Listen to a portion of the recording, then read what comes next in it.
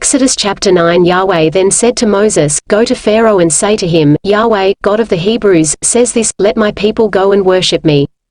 If you refuse to let them go and detain them any longer, look, the hand of Yahweh will strike your livestock in the fields, horses, donkeys, camels, oxen and flocks with a deadly plague.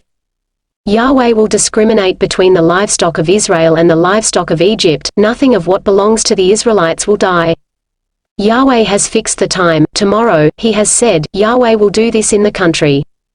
Next day Yahweh did this, all the Egyptians' livestock died, but nothing of the livestock owned by the Israelites died.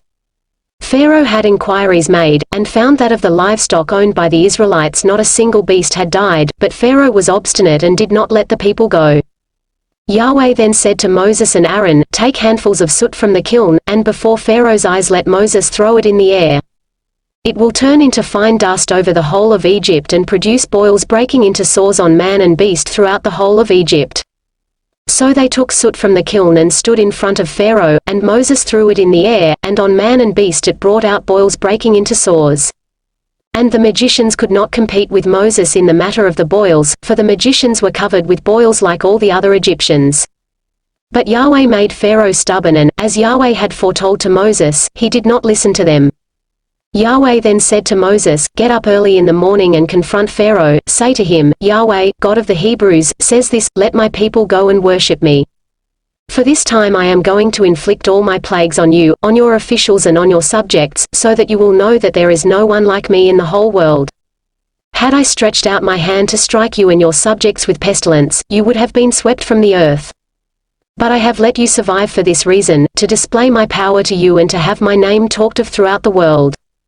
Since you take a high hand with my people, refusing to let them go, very well, at about this time tomorrow, I shall cause so severe a hail to fall as was never known in Egypt from the day of its foundation until now. So now send word to have your livestock and everything else you own in the fields put under cover, on man or beast, all that happen to be in the fields and are not brought indoors, the hail will fall and they will die. Those of Pharaoh's officials who respected what Yahweh said, brought their slaves and livestock indoors, but those who did not take to heart what Yahweh said left their slaves and livestock in the fields. Yahweh then said to Moses, Stretch out your hand towards heaven so that it hails throughout the whole of Egypt, on man and beast and on everything growing anywhere in Egypt.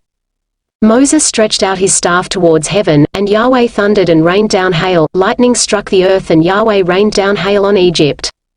And so there was hail, and lightning accompanied the hail, very severe, such as had never been known anywhere in Egypt since it first became a nation. All over Egypt the hail struck down everything in the fields, man and beast, and the hail beat down everything growing in the fields and shattered all the trees in the fields. The only place where there was no hail was in the Goshen region, where the Israelites lived. Pharaoh then sent for Moses and Aaron and said, This time, I have sinned, Yahweh is in the right, I and my subjects are in the wrong. Pray to Yahweh, for we cannot bear any more of this thunder and hail. I promise to let you go, you need stay no longer. Moses said to him, The moment I leave the city I shall stretch out my hands to Yahweh, the thunder will stop, and there will be no more hail, so that you may know that the earth belongs to Yahweh. But as for you and your officials, I know very well that you still have no respect for Yahweh God. The flax and the barley were ruined, since the barley was in the ear and the flax in bud, but the wheat and spelt were not destroyed, being late crops. Moses left Pharaoh and went out of the city. He stretched out his hands to Yahweh and the thunder and hail ceased and the rain stopped pouring down on the earth. When Pharaoh saw that rain and hail and thunder had stopped, he relapsed into sin, and he and his officials became obstinate again. Pharaoh was stubborn and, as Yahweh had foretold through Moses, refused to let the Israelites go.